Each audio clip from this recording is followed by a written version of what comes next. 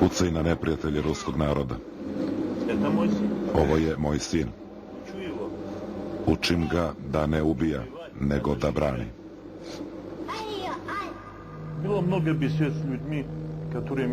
Bilo je mnogo ljudi koji su mi govorili da to nije moja domovina. Zašto si došao ovde da ratuješ za nas? Ja sam im govorio da nisam ratovao za njih. Ratovao sam za sebe. Ovde sam branio svoju domovinu. Svoju domovinu ne možeš braniti na vratima svoje kuće. Treba da pokušaš da zaustaviš rat pre svoje kuće. Svi znaju ko je zapalio sve ove ratove ovde na teritoriji nekadašnje Jugoslavije. General Božidar Delić, jedan od najmlađih generala srpske vojske, istina u penziji. Delić je bio penzionisan i oteran iz armije kada su nove liberalne vlasti u zemlji počele da čiste i poslednji prah režima Miloševića. Ovo je dovelo do toga da je armija ostala bez najvišeg vojnog starešinstva.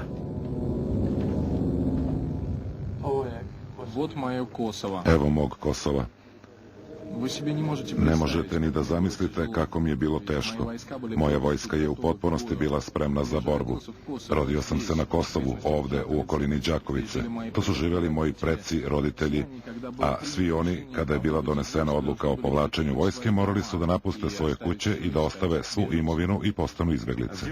A 1998. i 1999. tada još pukovnik Delić je komandovao srpskom vojskom na Kosovu, držeći najopasniji deo državne granice prema Albaniji. Kako se odigravalo formiranje takozvane OVK, odakle se nabavljalo oružje, ko je obučavao teroriste. Sve te informacije Delić je postao Haški tribunal za bivšu Jugoslaviju još 2000. Po rečima generala, do početka bombardovanja bilo je momenata kada su jugoslovenske vlasti imale potpunu kontrolu nad Kosovom, ali to je Zapad prekinuo bombama, nateravši Srbe da povuku vojsku. Za poštovanje primirja bili su odgovorni posmatrači OEBS-a. Mi smo morali da poštujemo ovaj sporazum. Izvukli smo armiju i policiju. Istovremeno, teroristi su se slobodno vraćali i naoružavali, formirali nove jedinice koje su automatski zauzimale položaje koje je naša armija napustila. Međunarodni posmatrači koji su sve to morali da vide, zaustave i odgovaraju za zaposedanje ovih teritorija, nisu ništa videli, nisu ispunili svoju funkciju. Ali to još nije sve. Među dokumentima koje je general predao Haškom tribunalu bio je i ovaj video snimak. Kosovo, septembra 1998. U kadru je Lord Paddy Ashdown, član Doma lordova britanskog parlamenta, posle i visoki predstavnik međunarodne zajednice u Bosni i Hercegovini, nedavno okrivljen u bosanskoj štampi za saradnju sa britanskom spoljno-obaveštajnom službom. Tada, rane jeseni, Lord je u svojstvu specijalnog izaslanika britanskog premijera Tonija Blaira bio u inspekciji mirnih albanskih sela. A ovo možete iskoristiti odmah sada. Lično ću preneti vaše želje premijeru Blairu. Hvala vam veliko.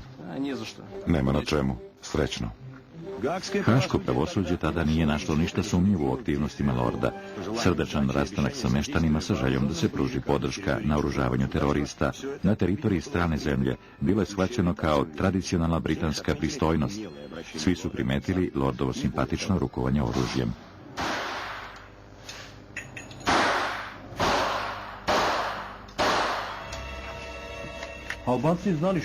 Albanci su znali da Srbe tamo niko neće braniti. Oni su bili uvereni da ih niko neće zaustaviti. I ja bih bio u to uveren da sam bio Albanac. Da me tamo niko neće zaustaviti. Zato što na kraju krajeva ja znam da je sav ovaj cirkus napravljen radi mene. Napad NATO na Jugoslaviju i slično. Njega su priredili zbog mene. Demonstranti protestuju. Sa tim rečima albanska novinarka počinje svoju reportažu o nedavnim događajima na Kosovu, koje zapadna štampa nije nazvala nasiljem. Gledajte, to nije film. Ovo je 21. vek.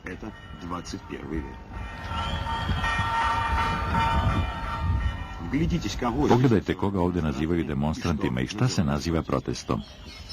Obratite pažnju na njihovu upornost i usredsređenost na cilj. Oni su spremni čak i da rizikuju. Gomila likuje pozdravljajući heroje. Ovdje ih je mnogo. Veoma mnogo. Nekoliko hiljada. Neki su čak došli sa decom. I zašto da ne? Ne možeš baš to da vidiš svaki dan. Posljednji put su se tako zabavljali pre 6 godina. Ali od leta 99. trebalo im je više vremena. A marta 2004. na ovo su potrošili samo 2 dana.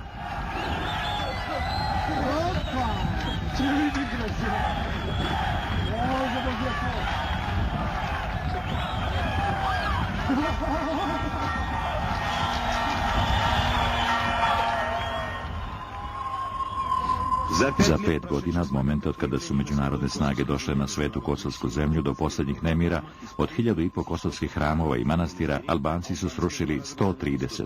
130 za 5 godina, a za 2 dana nasilja 2004. srušili su više od 30.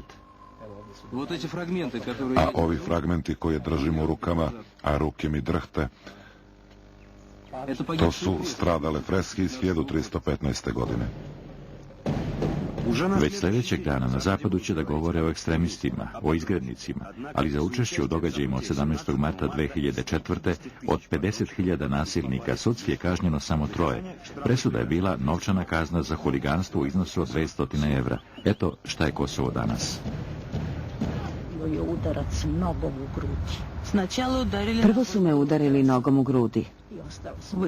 Istrpela sam i ostala na nogama.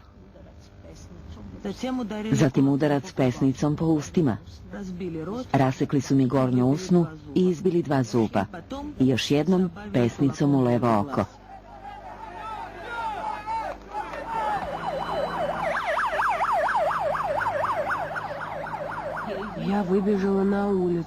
Pobegla sam na ulicu, a zatim me je neko udario u leđa. Ne znam ko i čime, ali bolelo me je više od svega. Ja sam se pravila da sam mrtva, da me ne dotuku.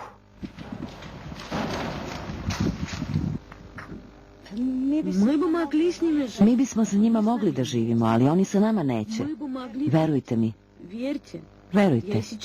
I sada prema njima ne osjećam mržnju.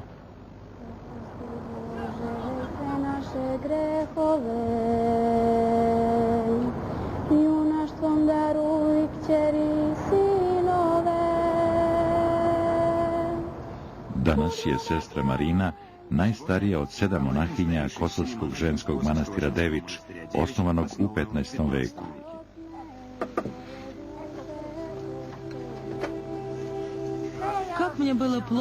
O, kako mi je bilo loše kada sam vidjela da je sve opet razrušeno i da nema više ničega. O, kako mi je bilo loše. Idem i jecam i šta mi još ostaje? Ona ima 75, a prvi put je ove drevne zidine vidjela još kao devojčica, odmah posle rata.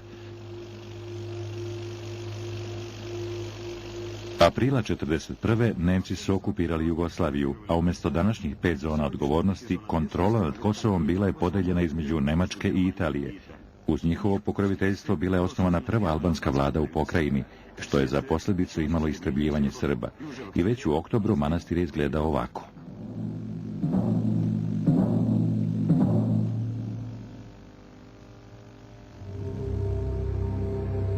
Pre 3 godine, osim sestre Marine, u manastiru su živjele još 2 stare monahinje koje su se sećale svojih povrataka na manastirske ruševine. Tokom čitavog života one su obnavljale manastirske zidine kamen po kamen.